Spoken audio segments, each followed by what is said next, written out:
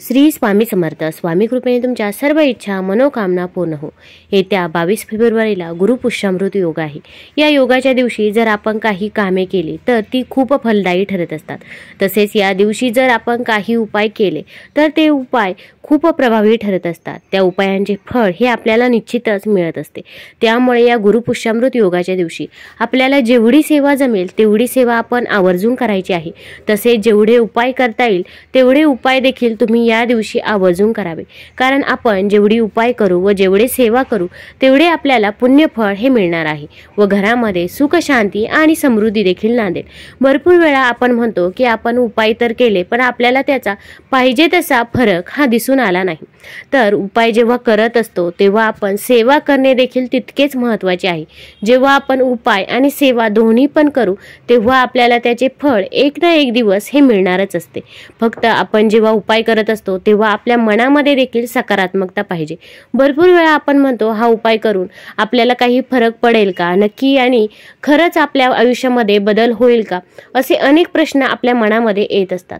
तर सर्वप्रथम जेव्हा आपण उपाय करत असतो तेव्हा आपण ही नकारात्मकता काढून टाकायची आहे व आपले सर्व काही व्यवस्थितच होणार आहे हे सकारात्मक आपण सतत बोलत राहायचे आहे. तुम्हाला जर एखादी गोष्ट पाहिजे असेल तर तुम्ही तिच्याबद्दल सतत घरात बोलत जा. बघा ती गोष्ट लवकरात लवकर तुम्हाला मिळेलच. कारण की वास्तू ही नेहमी तथास्तु म्हणत असते. त्यामुळे आपण घरामध्ये देखील नेहमी चांगलंच बोलायचं आहे. बघा सर्व काही व्यवस्थितच होईल. तर या दिवशी आपल्याला कोणते उपाय करायचे हे आपण जाणून घेऊया. या दिवशी आपल्याला एका झाडाचे मूळ आणायचे आहे की ज्यामुळे आपली जी काही आर्थिक टंचाई चालू आहे ती पूर्णतः दूर होईल. भरपूर वेळा आपण मेहनत तर करत असतो पण मेहनतीचे फळ हे आपल्याला मिळत नाही. मग आपले देखील मन नाराज होत असते किंवा पैसा येतो पण तो पैसा स्थिर राहत नाही. कुठेतरी वायफळ खर्च होऊन जातो. अगदी जिथे पैसा खर्च करण्याची गरज देखील नव्हती अशा ठिकाणी देखील आपला पैसा खर्च होऊन जातो. मग अशा वेळेस तुम्ही हा उपाय आवर्जून करायचा आहे. तर या दिवशी तुम्ही अगदी सकाळीच उठायचे आहे. ब्रह्ममुहूर्तावरती उठले तरी पण चालेल.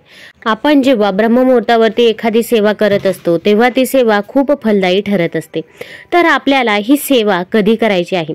22 फेब्रुवारीला सकाळी 6:48 गुरुपुष्यामृत योग चालू होत आहे. तर दुपारी 4:43 हा योग आहे. मग तुम्हाला जी काही सेवा करायची आहे किंवा तुम्हाला जर सोने खरेदी करायचे असेल तर तुम्ही याच वेळेमध्ये याच मुहूर्तामध्ये खरेदी करायची आहे. सोने खरेदी करणे शक्य नसेल तर कोणती वस्तू खरेदी करावी हा देखील व्हिडिओ आपल्या चॅनलवरती आहे, तो देखील तुम्ही बघू शकता. तर आपल्याला या गुरुपुष्यामृत योगाच्या दिवशी सकाळी लवकर उठायचे आहे. आपल्याला जिथे पण जवळ तुमच्या केळीचे झाड असेल तिथे आपल्याला जायचे आहे. हिंदू धर्मात झाडे आणि वनस्पतींची देवांप्रमाणे पूजा केली जाते. वनस्पतींमध्ये जितके औषधी गुणधर्म आहेत तितकेच त्यांना आध्यात्मिक आणि पौराणिक महत्त्व आहे. अशीच एक वनस्पती केळी आहे जी हिंदू धर्मात अत्यंत पवित्र आणि पूजनीय मानली जाते. सत्यनारायण व्रत कथा असो किंवा गुरुवार व्रत पूजा, केळीचे रोप हे पूजेसाठी ठेवलेच जाते. प्राचीन काळापासून या वृक्षाची गुरुवारी पूजा केली जाते. हिंदू धर्मग्रंथानुसार केळीच्या झाडामध्ये भगवान विष्णू आणि माता लक्ष्मी वास करतात. गुरुवारी केळीच्या रोपाची पूजा केल्याने जीवनात सुख शांती आणि वैभवाची कमतरता येत नाही असे धार्मिक ग्रंथांमध्ये सांगण्यात आले आहे. आपल्याला गुरुपुष्यामृत योगाच्या दिवशी केळीच्या झाडाजवळ जायचे आहे आणि केळीच्या झाडाला तुम्ही प्रथम पाणी घालायचे आहे. तसेच केळीच्या झाडाला हळदी कुंकू अर्पण करायचे आहे आणि केळीच्या झाडाची जी खालची मुळी असते ती मुळी आपल्याला घ्यायची आहे. आता ही मुळी काढण्यासाठी आपण चाकू किंवा सुरी असं धारदार वस्तू घ्यायच्या नाही. अगदी तुम्हाला हातानेच ही मुळी काढता येईल. अगदी छोटीशीच बोटा एवढी मुळी असली तरी पण चालेल किंवा तिथे आजूबाजूला जर थोडंसं मूळ पडलेलं असेल तर ते देखील तुम्ही घेऊ शकता.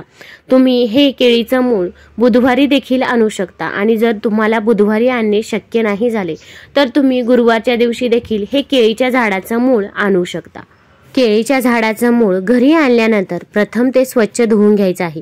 मग जर तुमच्याकडे गंगाजल असेल तर गंगाजलाने तुम्ही हे मूळ धुवू शकता किंवा गंगाजल नसेल तर तुम्ही शुद्ध पाण्याने देखील हे मूळ धुवू शकता. फक्त जेव्हा आपण मुळावरती पाणी टाकत असतो तेव्हा आपण हर हर गंगे म्हणायचं आहे. तसेच गंगा नदीचे स्मरण करायचं आहे. नंतर आपल्याला हे मूळ स्वच्छ पुसून घ्यायचं आहे.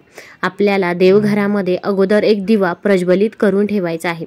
मग तुम्ही एक छोटंसं पिवळं पिवळं वस्त्र घ्यायचं आहे। त्या पिवळ्या वस्त्रावरती थोडेसे तांदूळ ठेवायचे आहे। तांदूळ हे कुठेही तुटलेले फुटलेले नसावे। अख्खी जी अक्षता असते ती घ्यायची आहे। तांदळावरती हळदी कुंकू अर्पण करायचं आहे आणि त्यावरती आपल्याला हे जे काही मूळ आहे ते मूळ ठेवायचं आहे। मुळावरती देखील आपल्याला हळदी कुंकू अर्पण करायचं आहे आणि त्यानंतर तुम्ही भगवान विष्णूंचा ओम नमो भगवते वासुदेवाय नमः, ओम नमो भगवते वासुदेवाय नमः या मंत्राचा 108 वेळा जप करायचा आहे आणि नंतर हे मूळ आपल्याला तिथेच राहून द्यायचे आहे। अगदी दिवसभर देखील तिथेच ठेवायचे आहे। दुसऱ्या दिवशी आपल्याला हे मूळ उचलायचे आहे। आपण जिथे पण पैसे ठेवत असतो, मग तिजोरीमध्ये असो किंवा पर्समध्ये असो, पॉकेटमध्ये असो, तिथे आपल्याला हे मूळ ठेवायचं आहे की ज्यामुळे आपली जी काही आर्थिक टंचाई चालू आहे की मेहनत करून देखील पैसा मिळत नसेल किंवा पैसा हा स्थिर राहत नसेल, तर तो पैसा स्थिर राहण्यासाठी आपल्याला मदत होईल व आपल्याकडे पैसा देखील येईल। तसेच या दिवशी आपण कनकधारा स्तोत्राचे देखील पठण करायचे आहे किंवा जर तुम्हाला हे मंत्र म्हणणे शक्य नसेल तर आपण माता लक्ष्मीच्या फक्त ओम महालक्ष्मी नमः, ओम महालक्ष्मी नमः या मंत्राचा जरी या दिवशी जप केला तरी पण तुम्हाला त्याचा खूप फायदा होईल। या दिवशी माता लक्ष्मीला आपण तांदळाची खीर जरूर अर्पण करायची आहे आणि तुम्ही माता लक्ष्मीचा मंत्र देखील म्हणायचा आहे।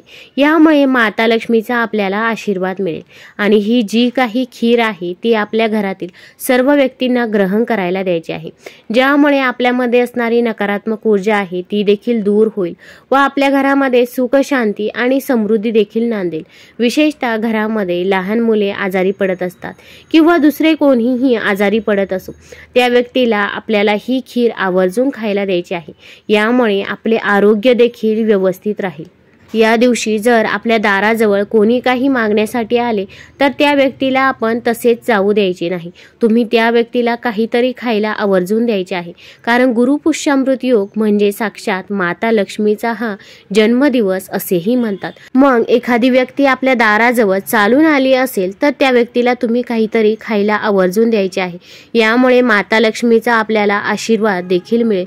तुम्ही अगदी त्या स्त्रीची ओटी देखील भरू शकता, तिला हळदी कुंकू देखील अर्पण करू शकता किंवा तुम्ही फक्त 1 ग्लास भरून पाणी दिले तरी पण त्याचे पुण्यफळ हे तुम्हाला प्राप्त होणार आहे।